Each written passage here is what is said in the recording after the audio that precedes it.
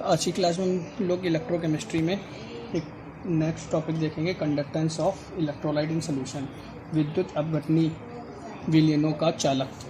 तो अगर हम बात करें यहाँ पर जो कंडक्टेंस होती है, चालक तो होता है, तो चालक तो क्या होता है इसको हम दिखलाते हैं जी से। G is equal to 1/r। Define किया जाए, reciprocal of resistance called conductance. चालक के प्रतिरोध का व्युत्क्रम चालकत्व कहलाता है। ठीक है, इस सब में न्यूमेरिकल भी बनते हैं, उन सब की यूनिट भी इम्पॉर्टेंट रहती है। ठीक है, तो यूनिट कैसे निकलेगी वो भी बताते हैं। इसी के ऊपर कुछ पॉइंट और हैं, वो भी देख लेते हैं। जो रेजिस्टेंस होता है,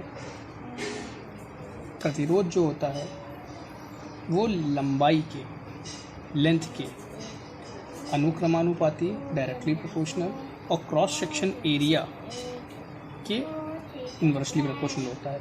जब इस प्रोपोर्शनल को हटाएंगे तो एक कांस्टेंट आएगा। इस कांस्टेंट को हम कहते हैं रो कहते हैं, L/A। अब इस रो को हम क्या कहेंगे? इस रो का जो नाम होता है इसे कहा जाता है रजिस्टिविटी कहा जाता है। ये इसी को कहते हैं स्पेसिफिक रेजिस्टेंस, रजिस्टिविटी। हिंदी में कहते हैं इसको प्रतिरोधकता, ये इसको कहा जाता है स्पेसिफिक रेजिस्टेंस।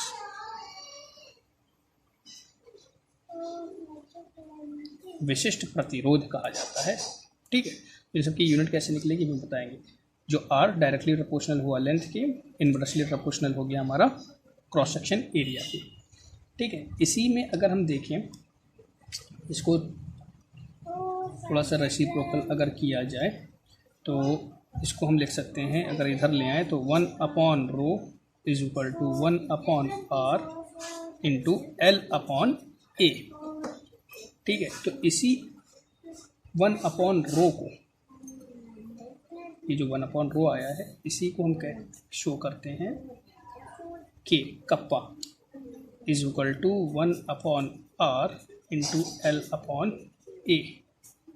तो यहाँ पर ये जो कप्पा होगा कि इसको क्या कहा गया है, ये जो होगा इसको हम कहते हैं स्पेसिफिक कंडक्टेंस कहा जाता है।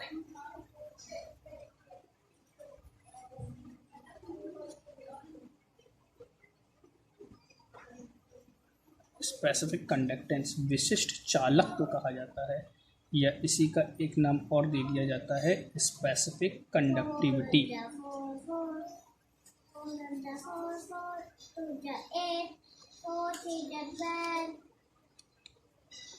ठीक है, विशिष्ट चालक तो कहो या विशिष्ट चालकता। ठीक है, तो यहीं से हमारा इसको हम ऐसे भी लिख सकते हैं 1/ρ इज इक्वल टू के कप्पा। ठीक है, तो इसी में अब कहा जाए, एक पॉइंट और होता है जिसे हम कहते हैं सेल स्थिरांक, सेल कांस्टेंट क्या होता है। तो ये जो L/A है, इसको ही कहा जाता है सेल स्थिरांक, सेल कांस्टेंट कहा जाता है। तो इस फॉर्मूले को हम ऐसे भी लिख सकते थे, kappa is equal to 1/r into x. यहाँ पे जो x लिखा है इसी को कहा गया है सेल स्थिरांक, कांस्टेंट। अब इन सब की यूनिट देख लेते हैं, यूनिट कैसे निकलेगी। एक एक करके इन सब की यूनिट देखते हैं। एक की यूनिट पता है, बाकी सारी यूनिट अपने आप निकलती चली आएंगी। कैसे देखते हैं, जैसे हम बात कर रहे हैं यूनिट की,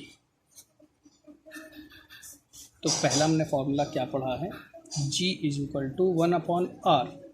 तो हमको जैसे पता है कि हम R को की यूनिट क्या होती है, ओम होती है, तो G की यूनिट क्या हो जाएगी 1/ओम।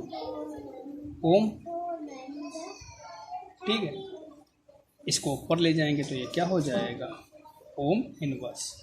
ओम इनवर्स को ही हम कहते हैं, एस से शो करते हैं, जिसे कहा जाता है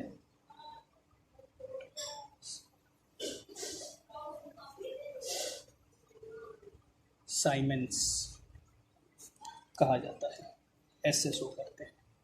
ठीक है, तो अब एक यूनिट निकल आई है, बाकी यूनिट निकाल कर देखते हैं। एक ही हमने क्या फॉर्मूला पढ़ा था, R is equal to rho into L upon A. तो यहाँ से अगर हम रो की यूनिट देखें तो कैसे निकालेंगे, R की यूनिट हो जाएगी हमारी ओम इनवर्स, सॉरी ओम, रो, एल होगा सेंटीमीटर में, एरिया सेंटीमीटर स्क्वायर। तो यहाँ से रो की यूनिट क्या निकल के आ गई, ओम सेंटीमीटर। कप्पा की यूनिट के is equal to 1 upon rho है, तो ये हो जाएगा 1 अपॉन ओम सेंटीमीटर। तो इसको क्या लिखेंगे, ओम इनवर्स सेंटीमीटर इनवर्स। इसी को हमने एस से शो किया था, तो एस सेंटीमीटर इनवर्स।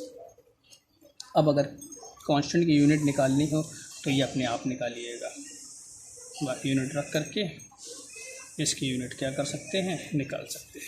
इसकी यूनिट आप लोग खुद निकालिएगा, ठीक है। नेक्स्ट टॉपिक है हमारा मोलर कंडक्टिविटी, मोलर चालकता। क्या होती है मोलर चालकता, तो कहा जाता है स्थिर ताप पर विलयन की तनुता अर्थात विलयन का लीटर में वह आयतन जिसमें 1 मोल वैद्युत अपघट उपस्थित होता है, मोलर चालकता कहलाती है। स्थिर ताप पर विलयन की तनुता अर्थात विलयन का लीटर में वह आयतन जिसमें 1 मोल वैद्युत अपघट उपस्थित होता है, मोलर चालकता कहलाती है। अगर इसकी डेफिनेशन देखें तो क्या हो जाएगी, molar conductivity, molar conductivity is the conductance property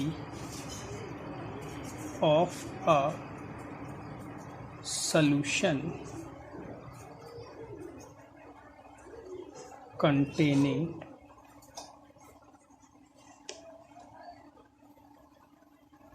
1 mole of the electrolyte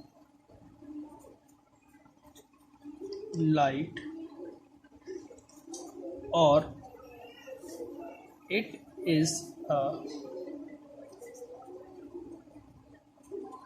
function of the ionic strength of a solution called molar conductivity। ठीक है, ये इसकी डेफिनेशन हो जाएगी। इस पे भी न्यूमेरिकल बनते हैं, तो इसका जो डिनोट करते हैं इस तरह से, फॉर्मूला हो जाएगा 1000 इंटू कप्पा अपॉन सी। अब इसको अगर हम वॉल्यूम में चेंज कर ले तो ये जो कंसंट्रेशन का जो फॉर्मूला होता था n अपॉन बी होता था। अगर n इज इक्वल टू हम 1 मोल ले लेंगे तो c इज इक्वल टू क्या हो जाएगा, 1 अपॉन बी। इसको उठा करके अगर यहाँ पुट करेंगे तो molar conductivity is equal to 1000 into V ऊपर चला जाएगा। ये हमारा क्या हो जाएगा, इसका फॉर्मूला। अब अगर हम इसकी यूनिट देखें तो इसकी यूनिट कैसे निकलेगी, इस मोलर कंडक्टिविटी की यूनिट ज़रा देख लेते हैं। तो जो मोलर कंडक्टिविटी की यूनिट के लिए हमने जो कप्पा की यूनिट पढ़ी थी, इस कप्पा की यूनिट हमने क्या पढ़ी थी, ओम इनवर्स सेंटीमीटर इनवर्स। ठीक है, अब इसकी जो यूनिट हो जाएगी कंसंट्रेशन की, यहाँ पे हम रखेंगे मोल पर लीटर होती है, तो यहाँ पे हम रखेंगे मोल पर सेंटीमीटर क्यूब। ठीक है, लीटर को हमने सेंटीमीटर क्यूब में रखा हुआ है। 1 litre is equal to 1000 ml is equal to 1000 centimetre cube. तो यहाँ से हमारी ये यूनिट क्या निकल करके आ जाएगी, इसको लिखेंगे हम ओम इनवर्स सेंटीमीटर, ये सेंटीमीटर ऊपर चला जाएगा तो ये सेंटीमीटर क्यूब, ठीक है, अपॉन मोल। तो ये सेंटीमीटर कैंसिल होगा यहाँ पर, तो यहाँ पर हमारा बचेगा ohm inverse centimetre square mole inverse. ये इसकी क्या होगी यूनिट होगी किसकी यूनिट, मोलर कंडक्टिविटी की। तो इसी पे कल नेक्स्ट क्लास में कुछ न्यूमेरिकल देखेंगे।